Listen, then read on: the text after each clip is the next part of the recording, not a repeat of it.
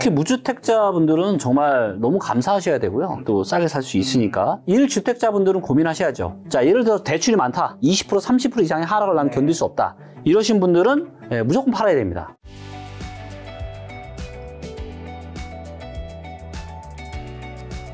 자, 얼마 전에 한국은행에서 기준금리 인하했잖아요. 네. 이게 부동산 시장 집값이나 대출에 영향을 좀 주는 부분도 있지 않을까요? 어쨌든 네. 금리가 내려가는 거니까. 네, 맞습니다. 네, 앞으로도 몇 번 경기가 너무 안 좋기 때문에 네. 금리를 몇 번 더 내릴 수 있다라는 전망 코멘트도 했었거든요. 네, 이렇게 보시면 돼요. 뭐냐면 금리를 인하를 하는 시점과 금리 인하가 완료돼서 금리가 바닥인 시점을 구분을 하셔야 되는데, 금리를 인하를 하는 단계는요, 경기가 안 좋기 때문에 금리 인하를 하는 겁니다. 그러니까 죽어가고 있는 사람이 심폐소생술을 하고 있는 거예요. 네. 그런다고 이 사람이 바로 살아나지 않잖아요. 오히려 상황이 안 좋아질 수 있거든요. 네.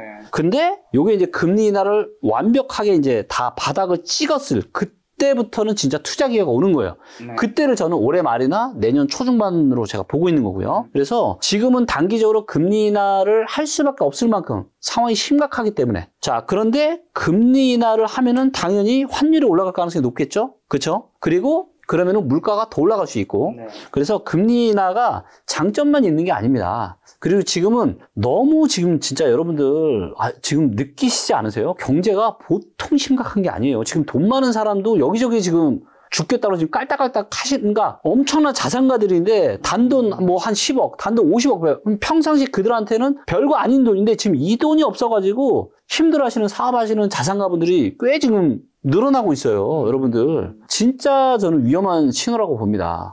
네. 자, 그러면 올해 집값이 상반기에는 좀 괜찮을 수 있지만 하반기에 더 떨어진다고 보시는데, 수도권 기준으로 무주택자, 1주택자분들 어떻게 됩니까? 이분들은 특히 무주택자분들은 정말 너무 감사하셔야 되고요. 네, 좋은 기회에 또 싸게 살 수 있으니까. 1주택자분들은 고민하셔야죠. 자, 예를 들어 대출이 많다. 그래서 나는 20% 30% 이상의 하락을 나는 견딜 수 없다. 이러신 분들은 분위기 좋을 때 6월달 전에 파셔야죠. 팔아야죠. 네, 무조건 팔아야 됩니다. 왜냐하면 이번에 떨어지게 되면 최소 20에서 많게는 40% 정도까지 지금 하락할 수 있기 때문에.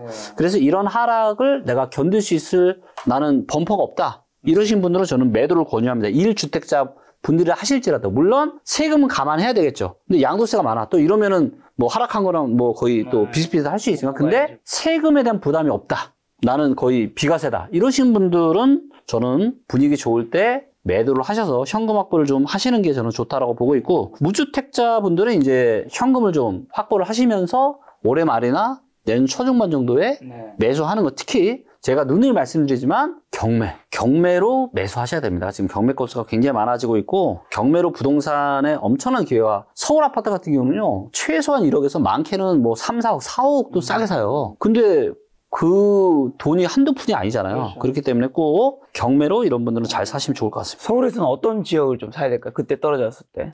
그때 떨어졌을 때 희소성이 있는 그런 아파트나 지역을 좀 사셨으면 좋을 것 같고, 그리고 기왕이면은 뭐 인서울 하시는 게 좋겠죠. 그리고 수도권에서도 이제 비싼 지역들, 뭐 과천, 본인이 감당할 수 있는 선에서 최대한 핵심지에 사라는 거네. 경기도 북부도 뭐 그렇게 나쁘진 않을 것 같지만 저는 남부 쪽이 훨씬 더 좋을 거라고 좀 보고 있고, 그래서 뭐 과천이나 뭐 분당이나 그다음에 수지나 그다음에 뭐 동탄, 그다음에 광교 이런 지역들, 그다음에 서울에서는 뭐 여유 되시는 분들은 강남 3구, 그렇죠. 그다음에 용산도 또 괜찮을 것 같고요. 그리고 기왕이면 구축보다는 저는 신축이 좀 더 좋지 않을까 싶습니다. 어떤 의미인가요?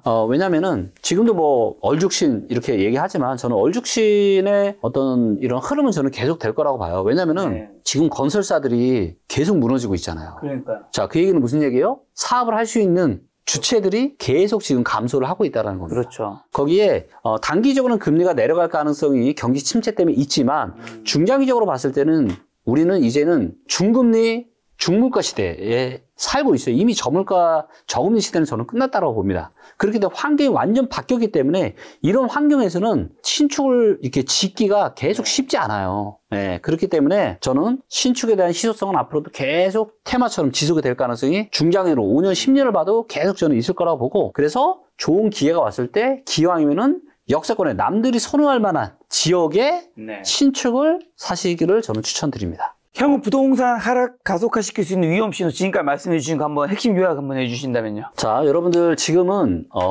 여러 가지를 종합을 했을 때 경제 상황, 부동산 시장 상황을 봤을 때 2008년하고 너무 똑같아요. 그래서 2008년에도 상반기는 좋았지만 하반기에 굉장히 폭락이 왔었고, 그리고 그때도 미국의 경기 침체가 왔었고, 그래서 환율은 급등하고 부동산은 폭락하고 주식도 폭락하고, 이런 패턴이 올해 하반기에 나타날 가능성이 굉장히 많기 때문에, 그리고 이게 참 저희 가족 얘기를 해서 좀 그렇긴 하지만, 이게 참 저희 가족분들이 이 시도가 있어요, 보면은. 네, 무슨 얘기냐면은, 이제 모든 투자의 대가들이 이렇게 얘기하자. 대중들이 탐욕에 젖어 있을 때 고수들은 빠져나오고, 네. 대중들이 공포에 젖어 있을 때 들어가야 된다. 자, 최근에 주식시장 수익률이 제일 좋은 국가가 어딘지 아세요? 중국이요.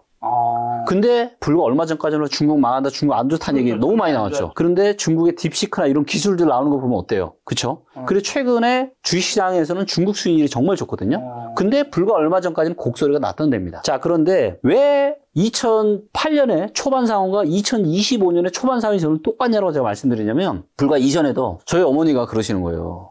중국 펀드를 가입하고 싶으시다는 거야. 중국 펀드. 2007년에 여름 지나서. 왜냐면 그때는 미국 시장보다 중국 시장이 훨씬 좋았거든요. 그래서 모두가 줄 서서 중국 펀드를 가입했어요.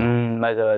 네. 그리고 부동산에 대한 거품도 있었고, 근데 2007년 9월 달에 미국이 비컷 금리를 인하를 하고 1년 뒤에 침체 오고, 그때 서울 부동산, 그 다음에 중국 펀드에 열광하셨던 분들은 이제 다. 자, 근데 이번에는 저희 아버지가 신호를 주신 거예요.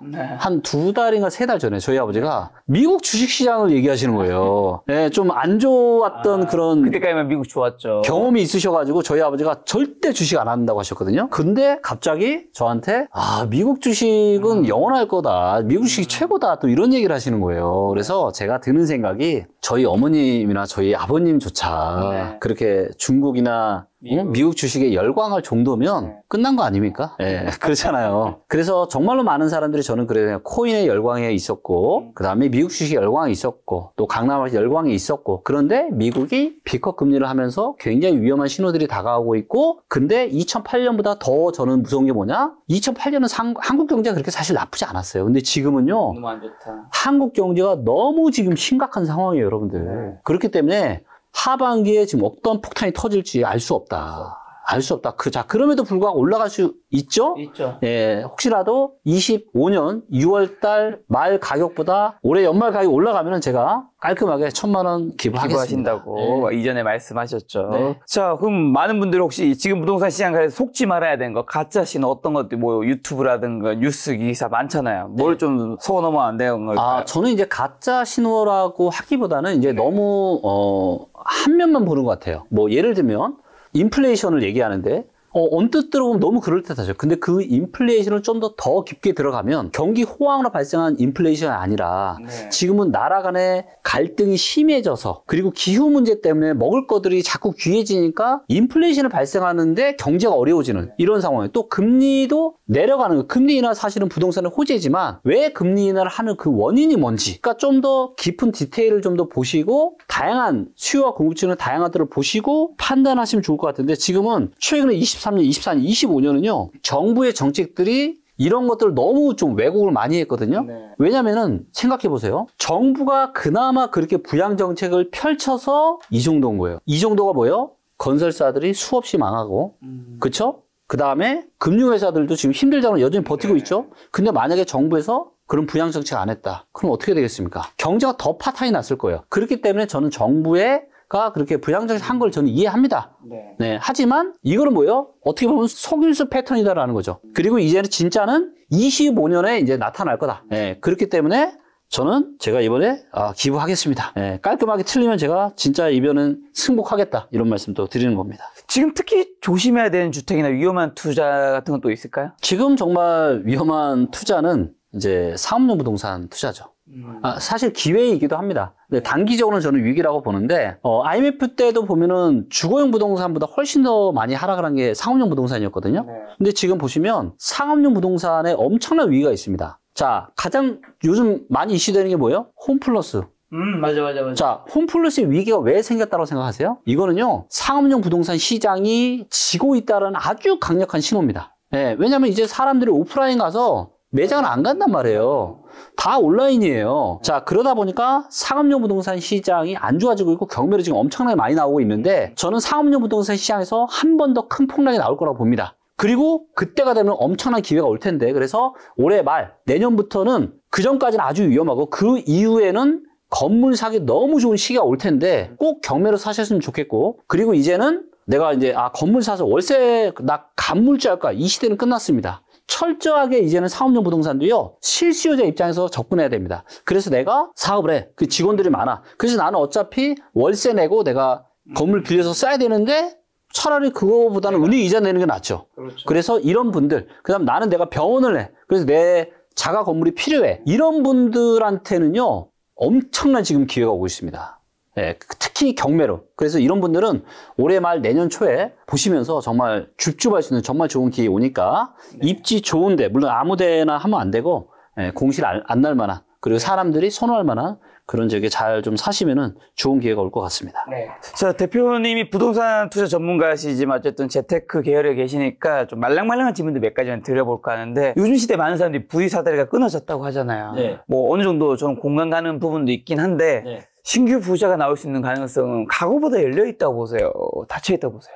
과거보다는 점점 좀 줄어드는 것 같아요. 자, 그런데 문이 닫힌 건 아니에요. 그렇죠. 예. 그러니까 저는 솔직히 제가 좀 요새 좀 무서운 생각이 드는데 뭐냐면은 저는 제가 부동산 빅데이터와 인공지능을 가지고 제가 이 테크 기업을 하는 회사의 스타트업 대표잖아요. 자, 그런데 요즘에 이런 챗 GPT나 이런 어떤 인공지능 기술의 발전 속도를 보면요. 너무 무섭다는 생각이 듭니다. 무섭다는 생각이 들어요. 그리고 이제 지금 또 양자 컴퓨터의 상용화가 점점 이 기술이 엄청나게 발전을 하고 있는데 그래서 앞으로 한 5년에서 10년이 지나면요. 진짜 쉽지 않을 것 같아요. 그리고 이제는 전문가들도 이제는 다 끝나가고 있어요. 그러니까 예를 들면 세무사의 기본적인 수입 구조는 지금 뭐 기장이나 이런 건데 이제는 기장 시장도 이제는 뭐 빅데이터 인공지능이 다 해결하다 보니까 기장하는 세무사는 이거 밥 먹고 살기 힘들어요. 자, 그런데 이 분야에서도 자기만의 독특한 영역을 찾으시는 분들, 이런 분들한테 엄청난 기회가 열려 있는 거죠. 그래서 그 문은 작아지고 있지만 트렌드를 잘 또 따라가고 그 안에서 기회를 잘 찾으시는 분들한테는 얼마든지 신규 부자가 나올 가능성이 저는 열려 있다라고 좀 보고 있습니다. 근데 자본주의 시대에 왜 부자는 더 부자가 되고 왜 가난한 자는 더 가난한 자가 될까요? 가장 큰 부자와 가난한 사람의 좀 차이 뭐라고 보세요? 제가 정말 좋아하는 자기계발 이 책, 그리고 제가 인생을 50년 넘게 살면서 제가 느끼는 게 뭐냐면 원인과 결과의 법칙입니다. 자, 예를 들면 내가 건강하게 살고 싶어요? 그런데 맨날 배 터지게 먹고 맨날 술 먹고 자, 운동 안 하고 이런 분들이 건강하게 살 수 있을까요? 없죠. 콩 심은데 콩 나고 팥 심은데 팥 나는 거예요. 자, 그러면 부자가 되기 위해서는 부자가 되기 위한 그런 원인이 되는 행동들을 해야 돼요. 그런데 이거를 못 하는 것 같아요. 네, 그래서 일단은 성공을 하기 위해서는 두 가지가 필요합니다. 최소한 둘 중에 하나 있어요. 첫 번째가 뭐냐면요. 재능이에요. 재능이라는 건 뭐냐면 남들보다 똑같이 남들 뭘 더 잘하는 거. 네, 이거. 근데 재능이 없을 수도 있잖아요. 두 번째는 뭐예요? 성실입니다. 성실이라는 건 뭐예요? 네, 남들 놀 때, 남들 누워있을 때 나 운동하고 공부하고 유튜브 보고 책 읽고 이런 거 있죠. 그래서 내가 유능하거나 재능이 많거나 성실까지 하면 너무 좋죠. 네. 이러면 이제 무조건 부자가 되는 거고. 그런데 대부분의 사람들은요. 성실적인 측면에서도 그냥 이런 거예요. 그러니까 누구나 살기 위해서 열심히 노력하죠. 이 얘기는 운동으로 따지면 뭐냐? 그냥 걷는 거예요. 자, 걷는다고 건강이 좋아져요? 현상 유지. 그렇죠. 현상 유지죠. 왜냐하면 지금의 세상은요. 경쟁이잖아요. 아니 다른 사람들은 안 걷냐고요. 우리가 100m 달리기를 100m를 저 목표까지 우리가 걸어가는데 그냥 이렇게 걸으시는 분도 있고 누구는 기어서 가시는 분도 있고 누구는 열심히 달려요. 그러면 그 안에서 내가 부자가 되기 위해서는 어떻게 해야 돼요? 남들보다 더 열심히 해야죠. 그렇기 때문에 내가 부자가 될 수 있는 행동, 그러니까 진짜 부자는 그래요. 물론 뭐 물려받은 거 많고 또 운이 좋아서 그러신 분들도 있죠. 그런 건 빼자고요. 우리가 운은 우리의 영역이 아니니까. 근데 본인의 실력으로, 예를 들면 우리 김 작가님도 본인의 실력으로 여기까지 오신 거잖아요. 물론 약간의 운도 있었지만 운이 있었죠. 그런데 우리 김 작가님 보시면 그래도 자기 관리나 이런 거 네네. 정말 철저하게 잘 하시잖아요. 운동도 좋아하시고. 네. 그래서 저는 이런 거는요, 어쩔 수 없다. 이거는 우리 인류가 태어나고부터 계속 있었던 거예요. 네, 그렇기 때문에 그리고 또 이런 걸 제가 말씀드릴게요. 뭐냐면은 우리는 결과를 가지고 판단하지만 어떤 과정을 통해서 그 사람이 여기까지 왔는지를 별로 관심이 없는 것 같아요. 그걸 봐야 되는데 그리고 거기에 진짜가 있는데 네, 그렇기 때문에 여러분들 정말로 부자가 되려고 하시면요.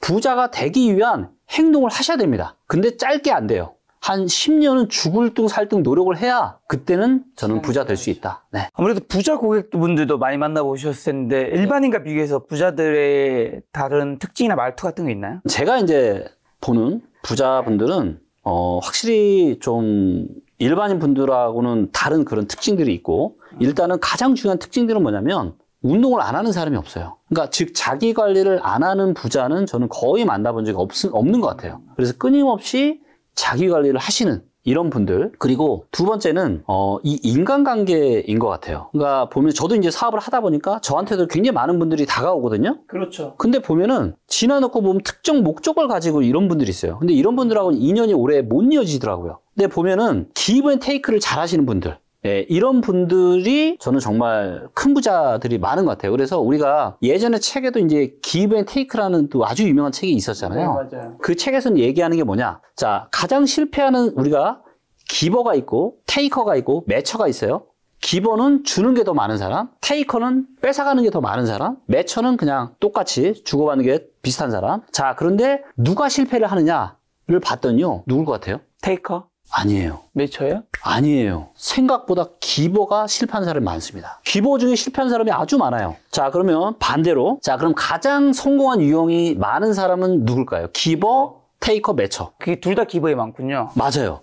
둘 다 기버에 많아요. 즉, 주는 사람이 성공합니다. 자, 그러면 뭐가 다른 거냐? 이거예요. 자, 기버라는 건 우리가 농부라고 비유를 해보면은 열심히 씨 뿌리는 사람입니다. 열심히 씨 뿌리지 않고는 거둘 수 없잖아요. 그렇죠? 그래서 열심히 씨를 뿌리는데 이 씨를 뿌리는 땅이 어떤지를 봐야죠. 그렇죠. 누구한테 기부하느냐가 중요한 거겠네. 그렇죠. 그래서 진짜 이제 이런 사업을 하시고 큰 부자들을 보면은 아무한테나 쉽게 마음을 잘 안 주는 것 같아요, 보면은. 예, 그래서 여러분들도, 그러니까 우리가 인생을 살다 보면 상처받고 이런 일들이 굉장히 많잖아요. 이건 당연한 거고요. 그런 거에 아파하지 마세요. 저도 너무 많지만 괜찮아요. 얼마든지 발생하는 일이고. 근데 그걸 무서워해서 내가 또 정말 좋은 토양, 좋은 사람을 만났을 때 내 마음을 안 주는 거, 이것도 저는 아니라고 좀 보거든요. 그래서 일단 마음을 좀 여시고, 그리고 내가 받는 것보다 주는 걸 더 많이 하려고 노력하시고, 그리고 대신에 아무한테나 주지 마시고, 정말 이제 좋은 분들에게. 좋은 분도 얘기하셔서 그러면 대표님은 어떤 사람 좀 곁에 두고 어떤 사람 피하고 싶으세요? 테이커를 피하고 싶으실 거고. 일단 저는 좀 겉과 속이 같은 사람이면 좋겠어요.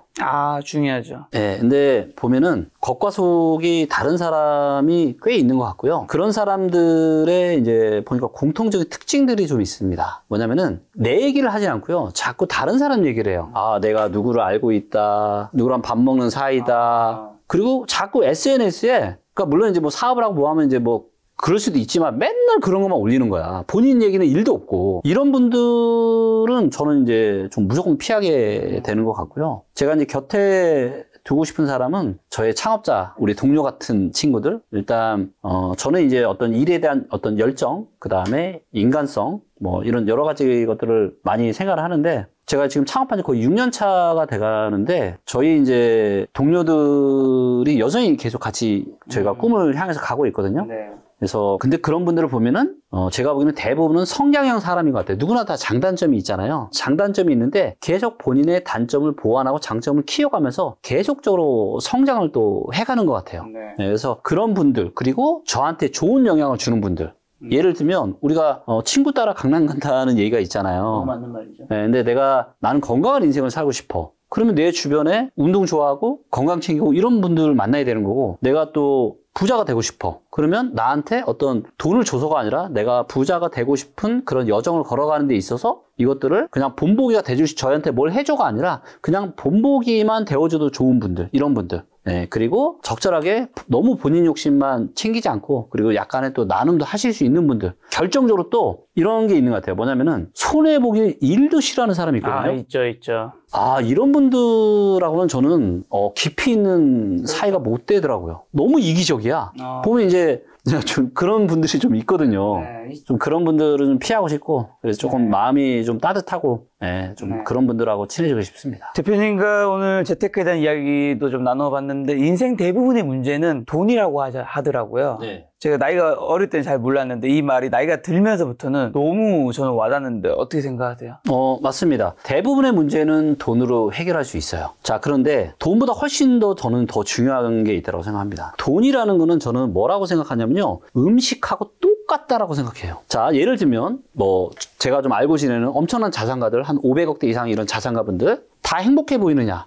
저는 그렇지 않아요. 그렇지 않아요. 그 얘기는 무슨 얘기예요? 대부분의 문제는 돈으로 해결할 수 있지만 인생에서 우리가 행복하게 살기 위해서 핵심적인 것들은요, 돈으로 해결 못 해요. 그리고 돈으로 해결할 수 있는 돈으로 인한 행복감은요, 2, 3년을 못 갑니다. 계속 지속 못 돼요. 그러면 저는 훨씬 더 중요한 건 뭐라고 생각하느냐? 저는 건강이라고 생각합니다. 이런 거예요. 돈 많은 사람이 건강하다고 하죠. 아니요, 저는 거꾸로 봅니다. 건강하니까 돈이 많은 거예요. 진짜입니다. 제가 오늘 아침에도 지금 슬로우 조깅을 좀 했거든요. 자, 그런데 요즘 슬로우 조깅이 핫하더라고요. 자, 그런데 여러분들 진짜 부자가 되고 싶잖아요. 그러려면요, 다 필요 없어요. 일단 처음 뭐부터 해야 되냐? 운동부터 해야 됩니다. 체력을 길러야 되고요. 그리고 운동을 하면은 어떤 그 운동을 하시는 이 불에서 뿜어져 나오는 아우라가 있어요. 딱 느껴지지 않나요? 그러면 그런 분들은 인생이 건강해지고, 건강해지면은 최소한 내가 돈 때문에 힘들 정도의 그런 상황은 안 만들어집니다. 그렇기 때문에 저는 돈도 정말로 중요하지만 특히 이제 50대가 넘은, 저처럼 50대 넘은 인생이 되면 될수록 저는 건강이 정말로 중요하다. 그래서 재테크보다 저는 훨씬 더 중요한 게 진짜 몸테크라고 생각합니다. 자, 마지막 2025년 한국 부동산 시장이 찾아올 주요 변화랑 투자 기회 마지막으로 정리해 주신다면요? 수십 채를 저도 부동산 투자를 제가 해봤지만 제 마지막 투자가 이제 2020년 초였습니다. 그때가 제 마지막 투자였거든요. 왜냐면 저는 무릎 밑이 아니면 저는 투자를 하지 않아요. 그러니까 어정쩡할 때 잘못하다가 잘못되는 경우가 많거든요. 그래서 거의 모든 조건이 완벽하지 않은 저는 투자를 하지 않는데, 그러다 보니까 제가 안 좋은 얘기들을 지난 몇 년 동안 해왔습니다. 부동산 테크 회사 대표임에도 불구하고 지금 저희 리치고 앱을 그래도 한 달에 지금 한 130만 명 정도가 쓰고 있는데, 아니 그런 회사 대표가 지금 하는 얘기 하면 안 되잖아요, 사실은. 자, 그런데요, 이제는 제가 달라졌습니다. 올해 제가 이제 기회를 얘기하고 있죠. 진짜 저는요, 너무 기대돼요. 왜냐하면 이거를 제가 몇 년을 지금 참아왔잖아요. 20년, 21년, 22년, 23년, 24년, 25년. 지금 거의 6년째 이 기회가 지금 이제 오고 있는 게 명확하게 보입니다. 그래서 제가 정말로 이제 앞으로 정말 도움되는, 기회되는 좋은 얘기 제가 이제 앞으로 많이 할 거예요. 하지만 그 전에 상당한 조정과 하락이 있을 겁니다. 그래서 이것만 끝나면 그다음부터 엄청난 기회가 오니까 요거 잘 기다리셨다가 정말 절호의 기회에 잘 잡으셔서 큰 부자 되셨으면 좋겠습니다. 알겠습니다. 대표님의 공략이 나중에 어떻게 되는지 너무 궁금해지는군요. 다음번에 또 부동산 이슈 생기면 대표님 모시고 좋은 이야기 들어보도록 하겠습니다. 오늘 만날 손님은 김기현 대표님이었습니다. 지금까지 여러분 소중한 시간 함께 해주셔서 정말 감사합니다. 오늘도 김 작가였습니다. 고생 많으셨습니다. 네, 감사합니다.